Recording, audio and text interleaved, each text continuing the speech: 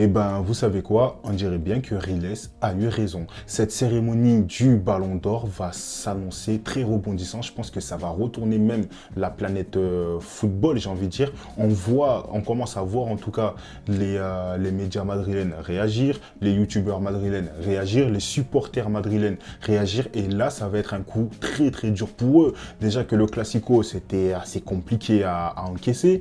Maintenant, si Vinicius n'a pas le Ballon d'Or, je pense très sincèrement que ça va retourner la planète du football et on va en entendre parler pendant un bon bout de temps. Maintenant, moi, je tiens à clarifier quelque chose, c'est que Riles, dans une vidéo précédente, du coup, il avait annoncé, ou en tout cas, c'était une rumeur, il avait dit qu'apparemment, Vinicius n'aurait pas le Ballon d'Or et que ça serait Rodri. Je tiens juste à clarifier ce point-là, tout simplement parce que je suis contre la désinformation. Je pense que quand on décide de prendre les propos d'une personne, c'est bien de les utiliser avec le plus d'exactitude possible. C'est pour ça vraiment que je tiens à clarifier ce point-là, surtout qu'en plus, c'est un YouTuber qui m'a quand même plutôt inspiré. Maintenant, place à la suite de la vidéo quand même. On n'est pas là pour dire que Rodri ne mérite pas le Ballon d'Or ou bien que Vinicius ne mérite pas le Ballon d'Or. Ça ne va pas être le but de cette vidéo, mais je pense que certaines personnes ont besoin d'être éclairées sur comment marche le Ballon d'Or. Le système de vote, c'est très très complexe et il y a un côté qui joue vraiment en la défaveur du Real Madrid et ça, on va en parler assez rapidement, en tout cas au courant de cette vidéo. Alors, on va faire quand même la liste des joueurs du Real Madrid qui sont dans le Ballon d'Or. J'espère me souvenir de tous, mais il me semble qu'il y a Rudiger, il y a Carvajal, il y a Toni Kroos, il y a Mbappé, il y a Bellingham et il y a Vinicius. Maintenant, Vinicius et Bellingham, c'est quand même les joueurs qui sont le plus mis en avant par le Real Madrid. Mais il ne faut pas non plus passer à côté des performances de Toni Kroos, dont on voit que, par exemple, son absence, elle fait beaucoup de mal au Real Madrid et qu'il a fait une très très grande saison. La saison passée, également Carvajal qui a gagné et la Coupe et l'Euro et la Ligue des Champions et qui a été quand même remarquable dans les deux championnats. Maintenant, le problème se pose, c'est que quand tu as autant de joueurs dans cette liste de Ballon d'Or, eh ben les votes vont être partagés. Ils vont très certainement être partagés. Parce qu'à un moment donné, le Real Madrid a fait une campagne pour Jude Bellingham pour potentiellement qu'il ait le Ballon d'Or et beaucoup se souviennent de ça. À un moment donné, surtout en tout cas, et plus ces derniers temps, vers la fin de la Ligue des Champions, je dirais plutôt au niveau des quarts de finale, ça a été une campagne Vinicius Junior qui a montré à quel point il pouvait être extraordinaire et qu'il était déjà extraordinaire en Ligue des Champions, que ce soit face à City, face au Bayern ou bien encore face à Dortmund, pardon. Désolé, je me suis perdu dans mes mots. Mais à contrario, il n'a pas non plus fait une très grande Copa América. Ils ont été éliminés très très tôt lors de la Copa América. Et en plus de ça, il a été suspendu un match. Donc à ce moment-là, sa saison à lui était finie pendant que celle de Bellingham a continué et qu'il a quand même fini jusqu'en finale de l'Euro. Mais du coup, le problème se pose. Tu votes pour Bellingham ou tu votes pour Vinicius? Parce que moi, très sincèrement, en tant que spectateur du Ballon d'Or, je me pose, je me dis, bah, si Bellingham a le Ballon d'Or, moi, je ne serais pas choqué. Honnêtement, je ne serais pas choqué parce que les 6 premiers mois qu'il effectue au Real Madrid sont tout simplement choquants. Comment il a porté ce Real Madrid avec l'absence de Bellingham, l'absence de Benzema, parce que Bellingham ne peut pas être là, sinon il ne serait pas dans cette liste de Ballon d'Or. Je suis vraiment désolé. Mais l'absence de Karim Benzema, du coup, qui part, le Real qui recrute Rossellou, mais pas non plus un neuf extraordinaire, Vinicius absent, à ce moment-là, Rodrigo aussi absent, une équipe qui a besoin d'être rodée, Thibaut Courtois absent, David Alaba absent. Qui porte le Real Madrid? Eh ben, c'est Jude Bellingham. Et ensuite, Vinicius revient, il commence à sortir des matchs extraordinaires, il met d'ailleurs un triplé contre nous. J'aime pas parler de ce triplé parce que j'avoue que le triplé qu'il nous a mis, il m'a foutu le seum, Vinicius. On va pas se mentir, il m'a foutu le seum. Mais bon, on vous a battu au Classico, donc voilà. Bref, dans tous les cas, on n'est pas là pour parler de ça.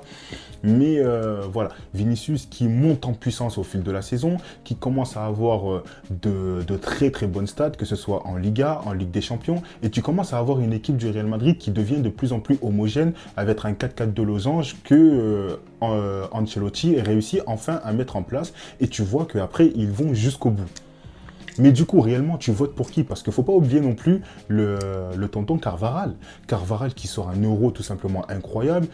En Ligue des Champions, il a été sensationnel aussi. Défensivement, il est bon. Offensivement, il apporte énormément. Il combine beaucoup avec Rodrigo. Donc voilà, ça fait quand même beaucoup d'individualité à prendre en compte pour le Real Madrid. Mais les personnes qui vont voter, ils vont partager les votes entre Carvaral, entre Toni Kroos, entre Jude Bellingham et entre Vinicius Junior. Mais du coup, Rodri, à un moment donné, parce que Rodri, il y a aussi des gens qui vont voter pour lui. Rodri, tu vas le mettre premier, à un moment donné, tu vas le mettre deuxième. Après, tu vas faire Vinicius Rodri, Bellingham, Vinicius Rodri. Beaucoup de fois, Rodri va se trouver en tête. Et ben, quand tu fais le décompte des points, à un moment donné, Rodri, ben, peut-être qu'il sera premier. Je dis encore peut-être parce que vraiment, ça reste tout juste une rumeur. Mais ça, c'est vraiment le cas qui ferait que, par exemple, ça ne m'étonnerait pas. Maintenant, voilà, hein, Rodri, attention, hein, il fait quand même une bonne saison. Il prend l'Euro déjà, il finit quand même meilleur joueur, il me semble, de l'Euro. Un des meilleurs joueurs de la PL depuis plusieurs saisons, le meilleur joueur de City depuis plusieurs saisons. Après, voilà, c'est vrai que sa campagne, malheureusement, en Ligue des Champions, elle n'est pas non plus extraordinaire.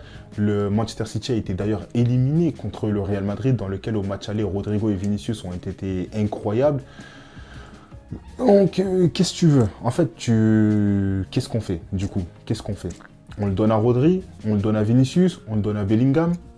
Eh ben, tout ça se décide par les votes, malheureusement, et je comprends que les supporters madrilènes vont être très très déçus, surtout qu'en plus, avec l'humiliation qu'il y a eu lors du Classico, eh ben, ça leur fait mal. Je pense que ça leur fait mal. C'est pour ça que maintenant, on entend dire que tous les joueurs du Real Madrid, attention, tous les joueurs vont boycotter le Ballon d'Or. Et ça, je trouve ça dommage. Je trouve ça quand même dommage. Et qui plus est, apparemment, il y a quand même un troisième point qui ferait partie des notations pour les joueurs. Ça serait le fair play. Malheureusement, Vinicius, à part aux yeux des Madrilènes, il n'a pas non plus un très très beau visage.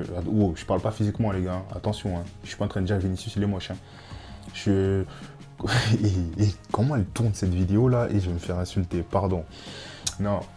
Mais en gros, ce que je veux dire, c'est que Vinicius, dans son comportement, voilà, dans son comportement, ben, il n'affiche pas souvent de très bonnes choses. Quand on voit par exemple en Ligue des Champions face à RB Leipzig, quand il met un coup à la gorge là, au gars, on sait tous qu'à ce moment-là, oui, il méritait clairement un carton rouge ou que c'est un joueur qui s'emporte beaucoup. Moi, Vinicius Junior, bon, je vous dis clairement, hein, je suis pro Barça dans tous les cas, mais c'est un joueur, c'est le genre de joueur par exemple, dans une autre équipe, genre je dis clairement oui, c'est genre ça enflamme le stade, c'est bien, tu sais, genre quand il fait ça, tout ça, ça rajoute du divertissement. Le seul problème, c'est que parfois, il peut être très, très excessif. À certains moments, il est vraiment trop excessif. Mais c'est aussi un joueur qui subit énormément, qui subit beaucoup de fautes. Et c'est dur à prendre sur soi. C'est pour ça que je suis assez partagé. Donc, bon, tout le joueur qu'il est, moi, je pense très sincèrement que dans tous les cas, il mérite vraiment, il mérite en vrai le Ballon d'Or. On va pas se mentir, il mérite le Ballon d'Or. Maintenant, s'il ne l'a pas non plus, moi, je ne veux pas vous mentir. Hein, je ne veux pas non plus être là à dire, ouais, je suis choqué, il n'a pas eu le Ballon d'Or. Mais voilà, s'il a le Ballon d'Or, ben, tant mieux pour lui. Maintenant, je trouverais ça dommage qu'il ne soit pas présent qu'il soit pas présent tout simplement, parce que ça enverrait quand même un beau message, je trouve. Mais oui, c'est vrai que ça sera dur à accepter pour les Madrilènes. Mais ouais, voilà. En tout cas, bon, j'espère que j'ai pu vous éclairer sur certains points. N'hésitez pas à vous abonner, à liker la vidéo, à lâcher des commentaires, ça fait toujours plaisir. Et comme je l'ai dit, n'hésitez surtout pas à me poser des questions parce que je réponds à tous les commentaires.